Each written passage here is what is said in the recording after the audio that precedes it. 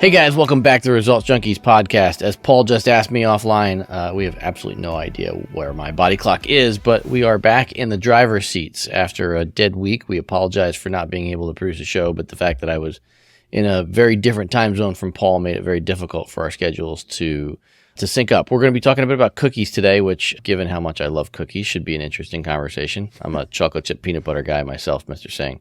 But we're also going to talk about the attribution behind those clicks that cookies used to lead to, and what that means not only for companies, which Paul's going to focus on, and what it means for investors, which I'm going to focus on. Mr. Singh, it's good to see you. I miss you, man. I've been living vicariously through your Instagram reels. Looks like you had no shortage of good food. I did not. I think only one travel snafu. Yeah, well, only one. Thank you, United, for the 11.5-hour delay. So if you're only gonna have one, you might as well make it a big one. And since I'm way behind on social media, I'm guessing you probably live more vicariously through my wife's social media than mine. But I do need to catch up on that.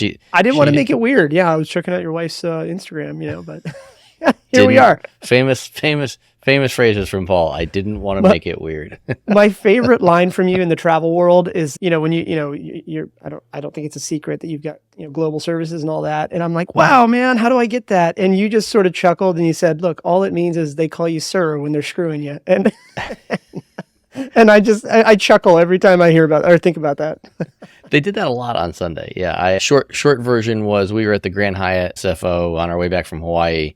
And thankfully, the Hyatt was super awesome to us. They actually not only extended us for a late checkout till 4 p.m., but they said, look, just use the room as long as you need it. And we actually ended up staying, thankfully, in a beautiful corner suite overlooking the airport. Have you been to SFO anytime in the recent? Probably been about a year now. Yeah, so I actually rode the air train 3 times over to the airport, along with 12 phone calls to the global services desk, trying to do various things. And so there was a lot of sirs while they were ultimately screwing us, and we ended up in coach seats on a red-eye flight instead of the cushy lie-flat seats that we had booked on a daytime flight. But I did get 4 free lifesavers while I stood in the global reception area. Incredible. Yeah, incredible. That's what you get. I mean, this is like, you spend 30, 40, 50,000 a year on air travel, and you get free lifesavers during your 11-hour delay. I did get 2 meal vouchers too. It was pretty exciting. There were 4 of us, so the fact that we only had 2 meal vouchers was definitely exciting. One was for $15. Yeah, the math was not mathing. My wife got a $15 meal voucher for the 11-hour delay. Probably a soda at SFO. In San Francisco, it's a metal water bottle. Yep. Yeah. But because of my status, remember my wife doesn't have status, so because of my status, so she has no status whatsoever. So you've got silver, gold, platinum, 1K, and then me, global services. So she got $15 for her food voucher. And because of my status, I got 20. So incredible. I got a water bottle and a bag of pretzels. It was very special. Incredible. Yeah. We don't have to talk about this today, but that just reminded me, I'm surprised we didn't talk about it. Delta suing CrowdStrike for $500 million or saying they lost $500 million. I almost put this in there. I almost put this in our show notes. Let's cover this very, very quickly. I love it. Yeah. When you think about this, you could take your example currently today at Strata, you could take your time at Bumpbox, you could take any of your portfolio companies, but you think about all of these services companies. Almost every one of these contracts has a very specific clause about what their ultimate liability is, absent gross negligence, right? Mm-hmm. Yeah, this is not a shock. And so I think what's interesting about this is that Delta obviously knows rewinding for folks that maybe don't know this story if they don't. So Delta, United, American, and a million other companies rely on a company called CrowdStrike for various, internet protection. I'm very loosely paraphrasing here. CrowdStrike put out a bad software update and then very quickly, pushed out a change, which was a complicated change to make. But Delta and the airlines had massive meltdowns because of their older technology structure. But Delta's meltdown went a week longer than everybody else's. United and American had a day and a half of a mess. Delta had a week of a mess. And actually in sort of an amusing opposites. We've talked a little bit, I think we've talked on the show in the past about how Southwest has much more antiquated technology than the other airlines, but because they don't have this level of technology, they were not affected. So everything was fine at Southwest because they're still using Windows 92 or something. So Delta's suing CrowdStrike saying that their week-long meltdown was due to this software problem. And CrowdStrike, Delta's been very public about it. Their CEO's been out there. And CrowdStrike sent a letter that they then apparently leaked to the media. And in the letter, it says the very obvious, which is, hey, Delta, you're very aware of what the limit of liability is in our contract. And that was the first thing I thought of when Delta said, like, we're going to put all this on CrowdStrike. I'm like, I'm pretty sure that contract does not allow for that amount of money. Right. Yeah. I mean, CrowdStrike, as I recall, is a publicly traded company. So it's not.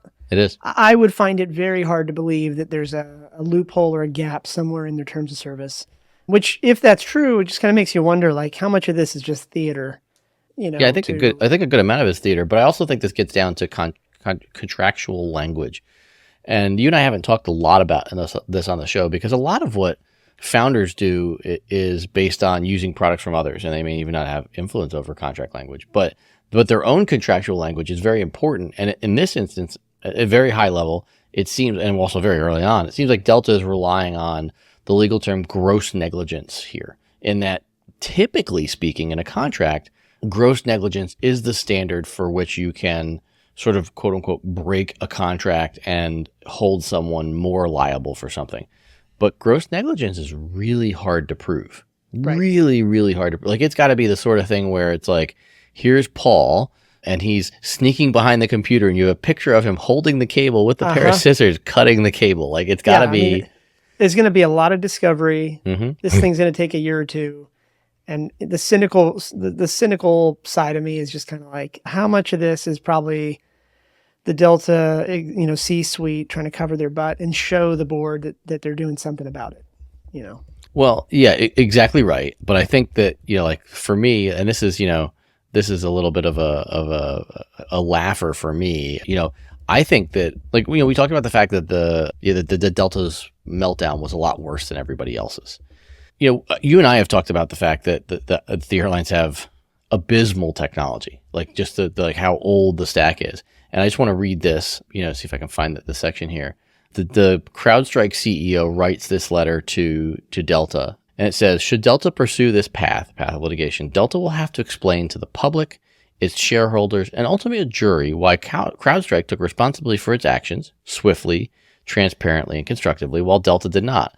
Among other things, Delta will need to explain, and there's a list of things, but here's the one: the design and operational resiliency capabilities of Delta's IT infrastructure, including decisions by Delta with respect to system-wide upgrades and all other contributory factors that relate in any way to the damage Delta allegedly suffered. Right. Which is translation for, we know your in-house IT sucks. Uh-huh. And so if you'd really like to tell all your customers how bad it is in court, like, game on, brother. Let's roll. Yeah, I mean, I can probably dig this up if you want the link, but I was reading a thread on this on Reddit this past weekend. And obviously, as you know, those are anonymous accounts and all that. But I vaguely recall there was like sort of an AMA, or an Ask Me Anything. And this, that if anybody's familiar with that, they sort of like verify and vet behind the scenes that this person is who they say they are. And the point is that this one person that was vetted, I think, said something like, look, I worked there.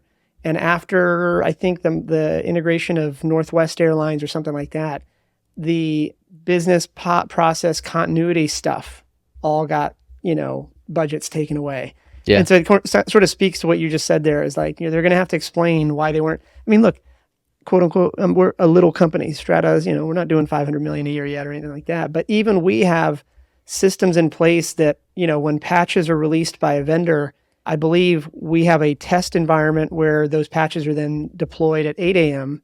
Yeah. And if nobody in the test environment complains about it by 5 p.m., then the system automatically rolls it out to all of their systems. How in the world a large infrastructure company like Delta made that mistake is, I think there's some heads going to roll at Delta here soon enough.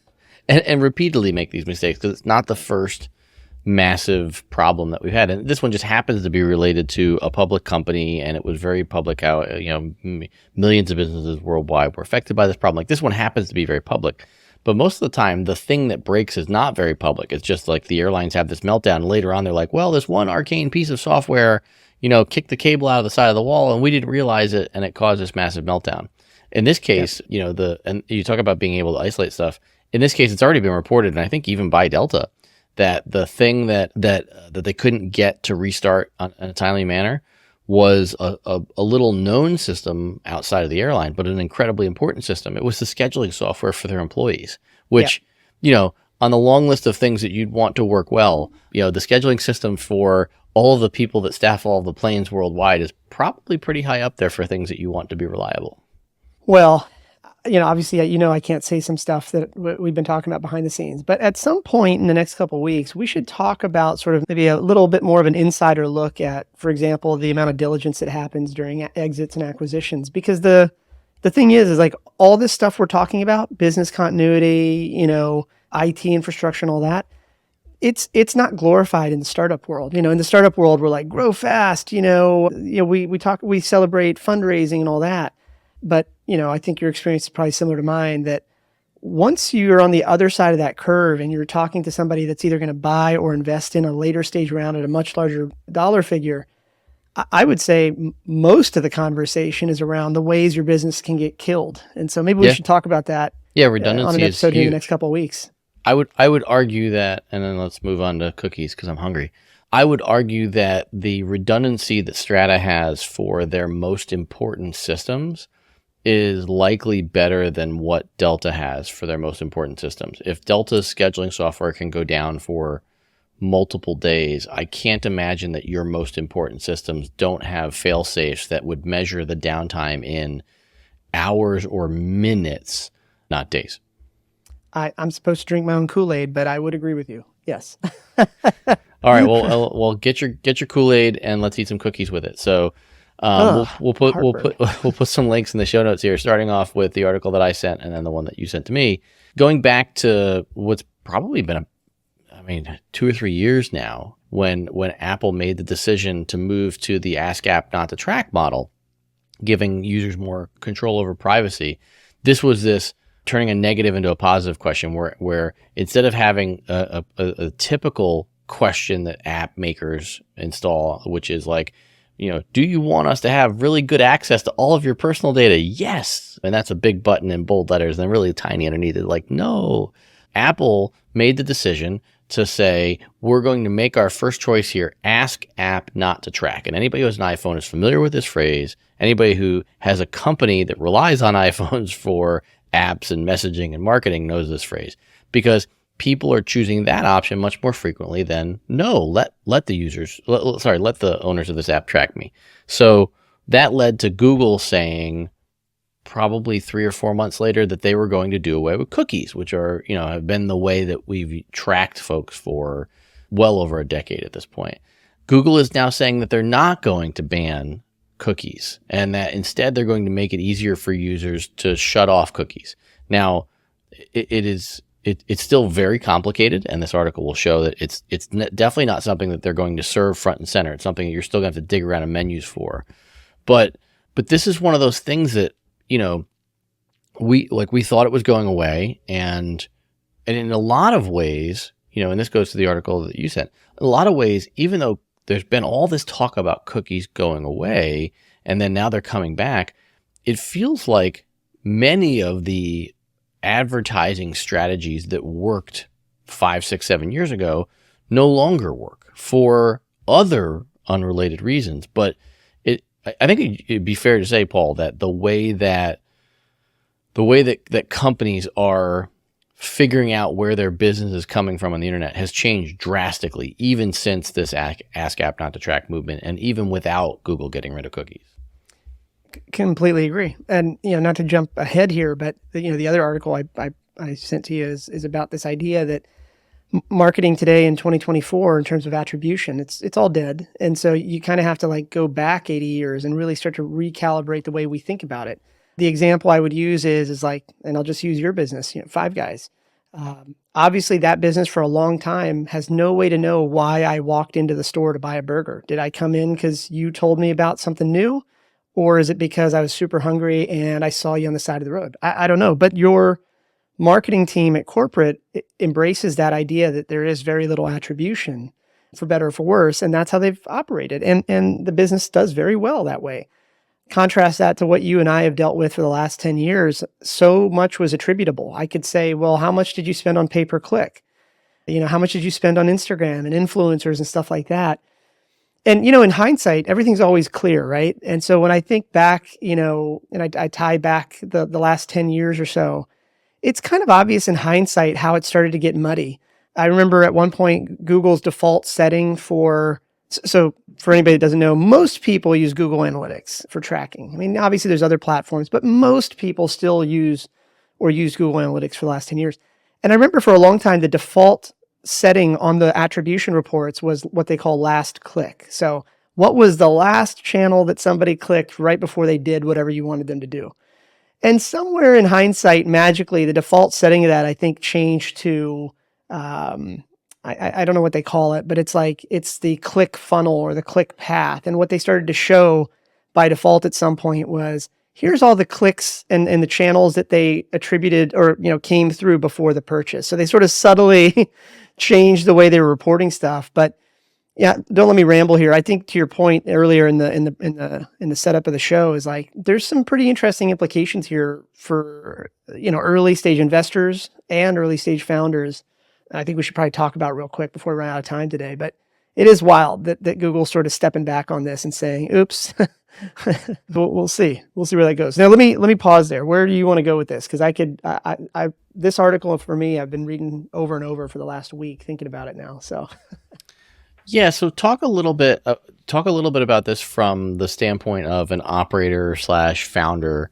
And then I want to finish off with, the investor perspective, but think about this global perspective on attribution and targeting your marketing and how this affects you on a day-to-day basis running a company or any other founder in terms of how you make decisions on where to spend marketing dollars.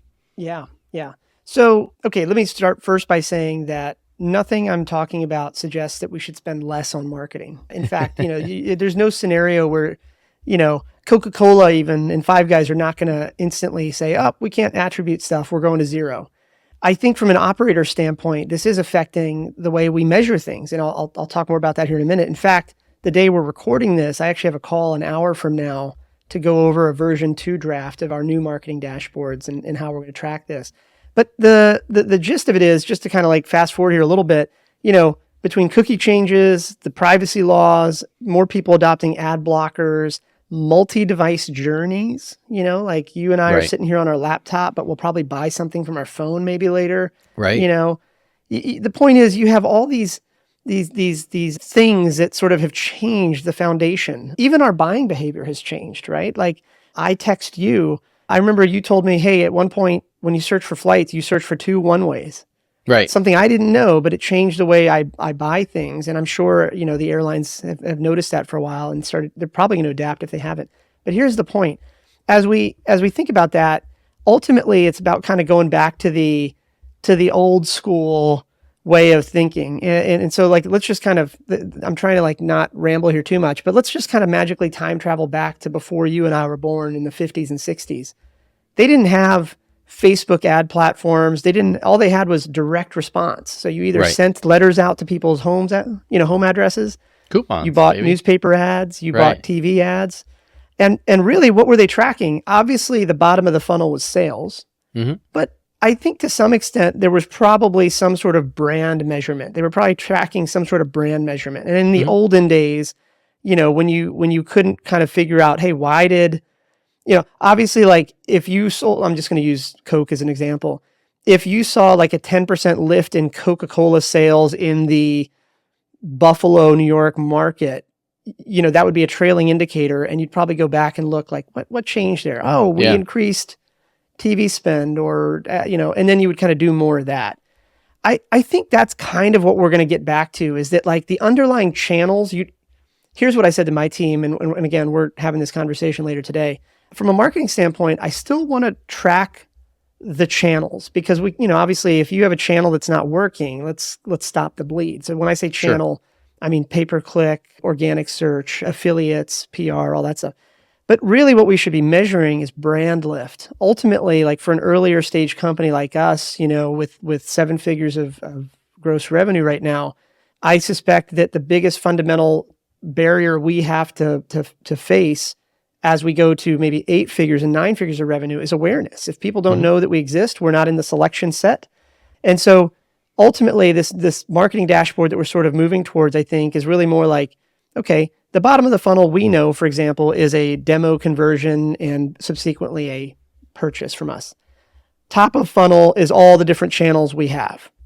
To me, it's the middle of the funnel that's starting to change a little bit in terms of how do we know all these things are working? Because like in our line of work, pay-per-click is not the thing that is typically the last click, Right. just like buying a burger. It's like I don't click and then, buy a lot of burgers, but I bet if you were to turn off, I mean, we tried this actually. If we turned off our pay-per-click for 3 months, we did this actually, you could actually see where some other things attributed higher.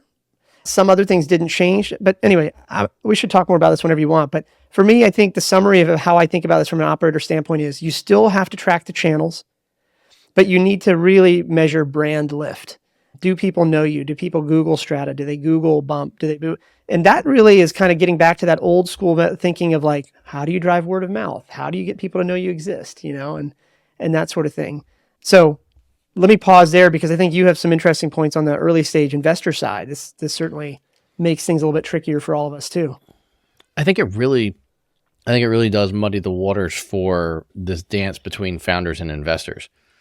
Specifically, I can tell you that there are a number of, when I say a number, I mean like I can't even quantify how many over the years. A number of companies where our investment was based on them doing something once and then replicating it, at scale. So, example is, I remember a company that we actually ultimately invested in them or not. But anyway, it was a company that had figured out a way to take the moving experience. So if you're going to move from one house to another or one apartment to another, and they had moved this to an app and they were spinning up individual markets, across the country. And I remember saying to them, hey, like if you can prove this in market number 2, I think they had started in New York and they were going to do maybe like Austin as market number 2. Like, hey, if you can prove that you can build market number 2, we'll give you $100,000 a market for the next 10 markets. So we'll invest $1 million. And I remember going through that with them. And so part of that is showing the customer journey, going back to what you said about whether it's last click attribution or a customer's journey through your funnel. But you could founders could show us, hey, here's what my CAC and LTV are, CAC, customer acquisition cost, LTV, lifetime value. And so that's saying that they're getting those numbers by saying, I acquired this customer from, we'll say Instagram, and it cost me, $1.50 to acquire that customer. And then I made $10 of profit off that customer for a year. So there's my CAC and my LTV. There, the CAC costs are very precise. And so the LTV is very easy to calculate because you can say, I spent X for the customer and got Y. Where it gets harder to determine, like determining LTV is very, very hard if you don't have precise CAC. To your point on Five Guys, if we have a billboard that's out there somewhere on the highway, some percentage of customers arrive because of the billboard, but unless there's a code on the billboard that says use code billboard20 for 20% off your next meal, I don't have a way to attribute you walking in and buying a burger to that billboard. It's just part of my marketing efforts.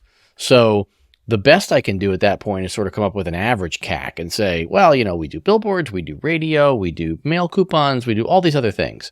And that's my overall CAC. But the exciting thing for an investor when we want to pour gasoline on a company is for a founder to say, yeah, you know what? We had $10,000 and we put it into this campaign on Instagram and we were able to generate 6,000 new customers, and those customers have an early estimated LTV of Y. And we're like, wow, that's really exciting. I want to give you $100,000 to 10x that effort. Without really specific attribution, when the marketing efforts are more general, the investor now has to read the tea leaves. And, from a founder's perspective for just a second, investors already have a million reasons to slow roll a deal. And while this is a true, makes it a lot harder for an investor to invest, it's also got to frustrate founders in that it's, a lot harder for them to show me when an effort is truly working unless there's very, very direct attribution. Right. Yes. I want to be respectful of our time here, but I would just say that this does not mean we should drop marketing budgets. You still have to spend something. Yeah. And I also don't think this means that investors should get involved hands-on. I think what it does mean is that, one of the ways this gets harder for us as early stage investors is you're still trying to suss out, even more than ever actually, how much this founding team truly understands the fundamental shifts in marketing. So in other words, you've been in enough pitches like me where they'll say things like, we did all this without any marketing, as if that's a badge of honor. And maybe at a certain time it was a badge of honor because attribution was so good that we could say, you know what, we're investing X and you can take 5% of that and dump it into a couple channels and let's test it, right? Yeah. But now that's kind of a red flag. You can't say that. You've really got to have some thoughts. Now, we may not know if you're right or wrong. We may not even agree with you, but I think founding teams have to take an opinionated stance on how they intend to find these customers, how they intend to sort of deal with this new reality. And I really love that title of that article that I sent you of that, here we are in 2024, and maybe from a strategic standpoint, we have to look back to how we would be doing this in 1964, and so it's really, just because you can't attribute everything doesn't mean just because you cannot attribute every channel right away, exactly whatever, does not mean that you can look the other way, bury your head in the sand. There are ways to measure this, and you just have to take an opinionated stance.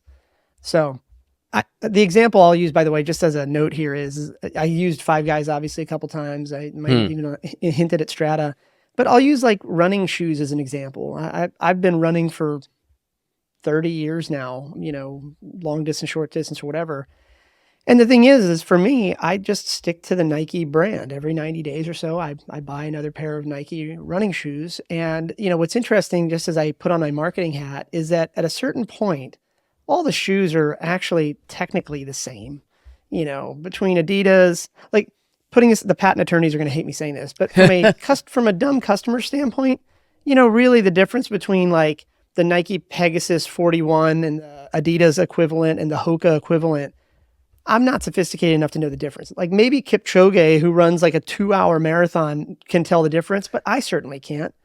And so, when I'm sitting there making a decision to buy it, whether I walk into a Foot Locker or I'm rocking the baby and I'm sitting on my phone, if I buy shoe A versus shoe B, how do you attribute that? Buyer journeys have changed and all that, right. And so anyway, the point of this is not doom and gloom, not reduce marketing budgets, but, I think founders really have to get their act together even more so than ever to have some opinions about how they intend to grow the customer base. But channel-based metrics alone are not going to be it anymore. Here's a hypothesis for you, by the way. Here's the hypothesis. I think what this is going to push is the smartest founders are going to aim to move towards more of the branded accelerators because it's easier to get distribution and word of mouth with those sort of trusted sources.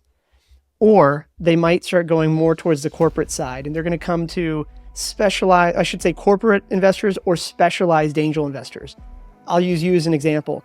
I think that given where we are in this industry and how we're talking about marketing, travel startups should come to people like you because you could, aside from your money, you have deeper connections with hotel executives, airline executives, credit card executives. That doesn't mean you have a silver bullet, but it's better to work with you as an early stage founder or investor than just taking blind money from, Uncle Joe or Aunt Sally. So I'll leave it there. There's my compliment for you. Just the one that I'll give you today. Just the one compliment. I think there's a lot more to dig into on this. Suffice to say that it does make the job harder for investors, if they're trying to read between the lines on which companies to invest in. But here it is, call it 3 years later after this decision by Apple to move to this very oddly worded question that now rings in so many people's minds of ask app not to track. And 3 years later, we're still talking about cookies, and we're talking about the ways it's changed the way that companies advertise, the way that they acquire customers, and the way that they track that journey. Yep. Mr. Singh, I gotta repack the suitcase. It's a little sad. Insane. You're certifiably insane, and we love you for it. I am certifiably insane. And I'm glad you love me for it. I do believe that somebody will call me sir when they're messing up my flights this week. All right, man. Well, safe travels. I hope you get some sleep, and I hope you figure out what time it is. And I wish you a lot of luck on this next leg of your journey. All right, man. Take it easy. All right, buddy. See ya.